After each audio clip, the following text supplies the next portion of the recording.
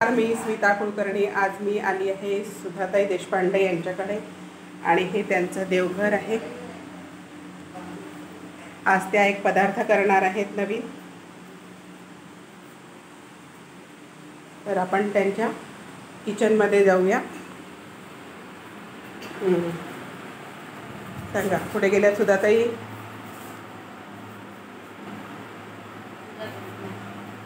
हां, सांगा.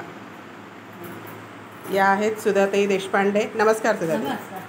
आता सांगा, तुम्ही हे बुंदीचे लाडू कसे केले? साधारण थोडीशी रेसिपी आम्हाला सांगा. थोडं बेसन, एक वाटीचं बेसन भिजवलं आणि साखरेचा पाक केला. हां, झाऱ्याने ती बुंदी काढली. त्यात थोडी वेलची वगैरे. अच्छा, म्हणजे स्वाद येण्यासाठी. स्वाद येण्यासाठी. अच्छा. नंतर मोठ्याने सांगाल थोडं. मोठ्याने सांगाल. हो का.